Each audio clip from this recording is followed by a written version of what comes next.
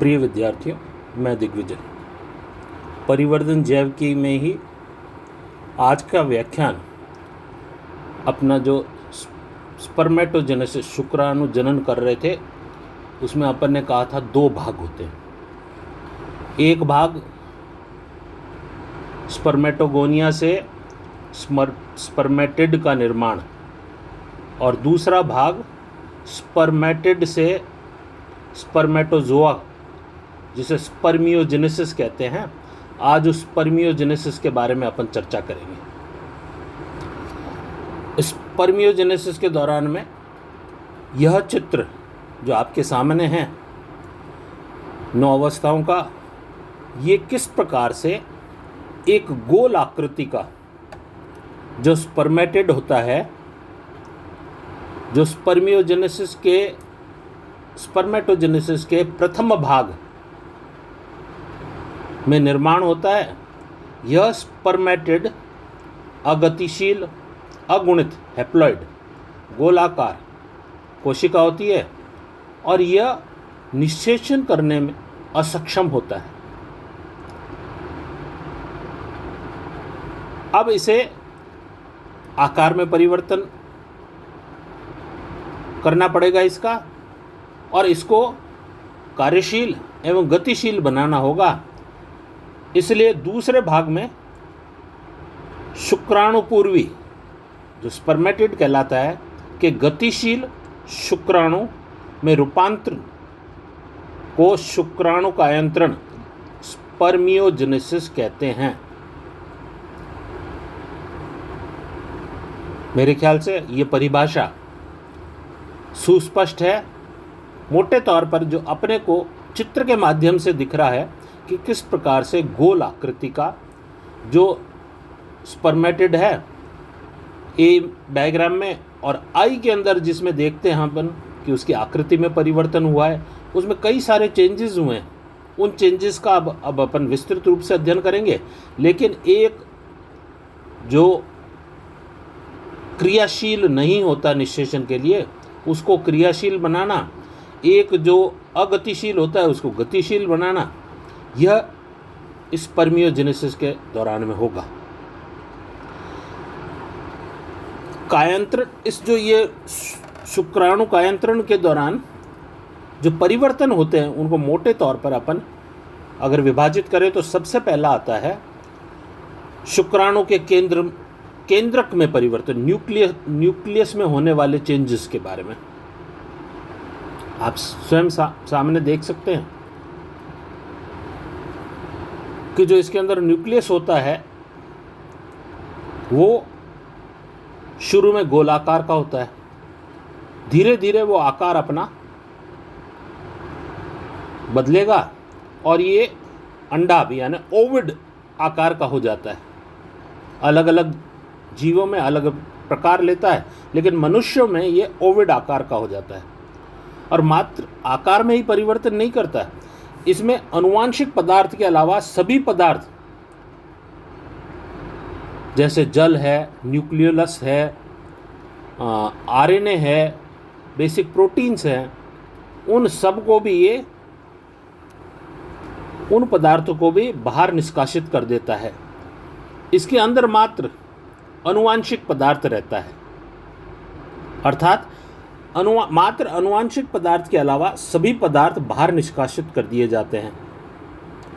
ऐसा करने का कारण भार कम किया जाना, जो शुक्राणु के गतिशील होने में सहायक होता है, इसलिए ऐसा किया जाता है। दूसरा, इसी के अग्रभाग में जिसे शीर्ष का हेड का है, उसके अंदर दूसरा परिवर्तन जो होता है वो एक्रोसोम का निर्माण।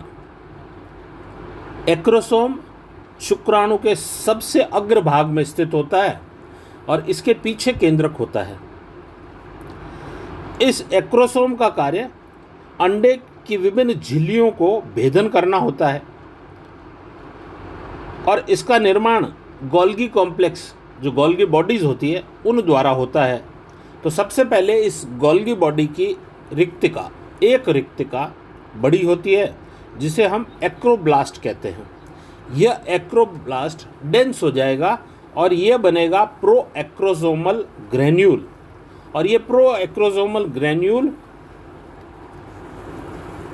बाद में कन्वर्ट होता है प्रोएक्रोसोमल वेसिकल में, और ये वेसिकल बाद में एक्रोसोमल वेसिकल में, और फिर बाद में ये आखिर के अंदर जाता हुआ ये एक्रोसोमल ग्रेन्यूल में बनेगा। और ये जो एक्रोसोमल ग्रेन्यूल बना है उसके अंदर बहुत सारे एंजाइम्स अंदर रहते हैं, जिन्हें अपन मोटे तौर पर स्पर्म लाइसिन कहते हैं। और जैसा मैंने ऊपर बताया, इसको नाइफ भी कहते हैं, यानी काटने वाला। मैं आगे के जो अपन स्पर्म का स्ट्रक्चर करेंगे उसके अंदर और डिटेल में बताऊंगा, लेकिन जैसा इसका कार्य है, इसका कार्य क्या है कि अंडे की विभिन्न झिल्लियां हैं उनको भेदना केंद्रक के लिए, और जो पहला सेंट्रियोल जिसे प्रॉक्सिमल सेंट्रियोल कहते हैं, वो दो ही पार्ट स्पर्म के होते हैं जो अंदर जाते हैं अंडे के, उन दोनों के लिए रास्ता बनाना ही इसका मुख्य कार्य होता है। फिर तीसरा परिवर्तन होता है सेंट्रियोल के अंदर। स्पर्मेटेड में एक सेंट्रियोल पाया जाता है, वह एक सेंट्रियोल दो में विभाजित होगा, दो पुत्री सेंट्रियोल प्राप्त होंगे। इनकी पोजीशन के आधार पर, कहाँ पर स्थित है उसके आधार पर ये दो प्रकार के होते हैं। एक कहलाता है प्रॉक्सिमल समीपस्थ, और दूसरा कहलाता है डिस्टल दूरस्थ सेंट्रियोल। अर्थात दो सेंट्रियोल बन गए, एक प्रॉक्सिमल बना और दूसरा डिस्टल सेंट्रियोल बना। अब प्रॉक्सिमल सेंट्रियोल केंद्रक के पश्च भाग के अंदर एक खांच बनी होती है, उस खांच के अंदर जाकर स्थित होता है, और डिस्टल उसके पीछे की ओर। जो प्रॉक्सिमल सेंट्रियोल है, इसका कार्य क्या है, ये केंद्रक के साथ अंडे के अंदर प्रवेश करता है, और प्रवेश करने के बाद में पहला क्लीवेज फर्स्ट जाइगोटिक डिवीजन में स्पिंडल फॉर्मेशन का काम करता है। तो कई किताबों में आपको विदलन में भाग लेता है, लेकिन इसका पूरा अगर अपने को अध्ययन करना हो तो ये फर्स्ट जो जाइगोटिक डिवीजन विदलन का होता है, उसके स्पिंडल फॉर्मेशन का कार्य यह केंद्रक प्रॉक्सिमल सेंट्रियोल करता है। और जो इसके पीछे स्थित डिस्टल सेंट्रियोल होता है, वो एक्सियल फिलामेंट, जो इसकी पूंछ भाग होती है स्पर्म की, उसके अंदर जो एक्सियल फिलामेंट पाया जाता है, उस एक्सियल फिलामेंट का निर्माण करता है। एक्सियल फिलामेंट के बारे में अभी अपन आगे और पढ़ेंगे, लेकिन ये दोनों सेंट्रियोल के कार्य के बाद में फिर चौथा परिवर्तन जो होता है वो माइटोकॉन्ड्रिया के अंदर होता है। जो स्पर्म का मिडल भाग है उसके अंदर माइटोकॉन्ड्रियाज अपने आप को अलग अलग जानवरों में अलग अलग विधि द्वारा अपने को अरेंज करते हैं और व्यवस्थित करते हैं। यहाँ पर मनुष्य के अंदर इनका अरेंजमेंट स्पाइरल होता है, स्पाइरल स्प्रिंग नुमा स्पाइरल अरेंजमेंट होता है। स्पाइरल अरेंजमेंट वह व्यवस्था है जिसमें अधिकतम माइटोकॉन्ड्रियाज इस अरेंजमेंट के द्वारा अवस्थित हो सकते हैं, इसलिए ये श्रेष्ठ अरेंजमेंट माना गया है, जिसके अंदर अधिक संख्या में ये माइटोकॉन्ड्रियाज स्पाइरली अरेंज हो जाते हैं इस एक्सियल फिलामेंट के चारों तरफ। इसके बाह्य सतह की ओर जो साइटोप्लाज्म का अवशेष है, डेंस फॉर्म में साइटोप्लाज्म पाया जाता है, जिसे मैंचिटी कहते हैं। इसका कार्य अपने को सबको ज्ञात है कि माइटोकॉन्ड्रिया का कार्य ऊर्जा प्रदान करना है। तो इसकी जो मोबिलिटी होगी, फ्लैजिलर मूवमेंट, जो पूंछ का मूवमेंट होगा, जो टेल का मूवमेंट होगा, वो सारा माइटोकॉन्ड्रिया द्वारा ऊर्जा प्रदान की जाएगी। ध्यान रहे, कई डायग्राम्स में आपको नेबनकर्न नाम का शब्द भी मिलेगा। ध्यान रहे, ये नेबनकर्न हर एक जीव में नहीं होता, ये इंसेक्ट्स के अंदर पाया जाता है।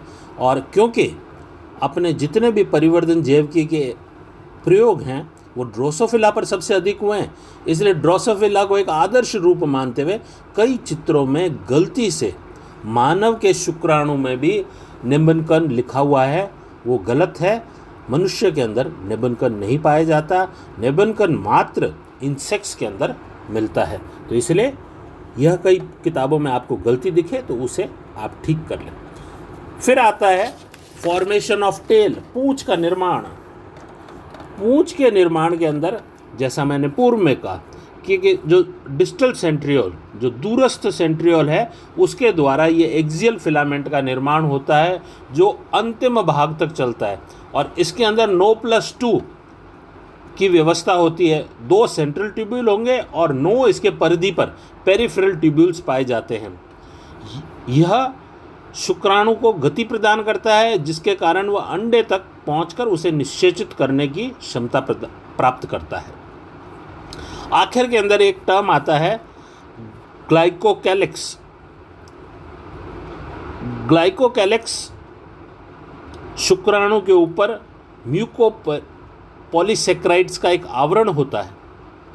इस आवरण द्वारा शुक्राणु पूरा अस्थिरित होता है, जिसके कारण से ये आपस में जो शुक्राणु है चिपक न जाए, उनको बचाने के लिए ये म्यूकोपॉलीसेक्राइड्स का एक आवरण अपने ऊपर रखता है, जिसको अपन ग्लाइकोकैलिक्स कहते हैं। आज यह स्पर्मियोजेनेसिस का भाग यहीं पर समाप्त होता है। अगला व्याख्यान अपना स्पर्म की आकृति पर रहेगा। धन्यवाद।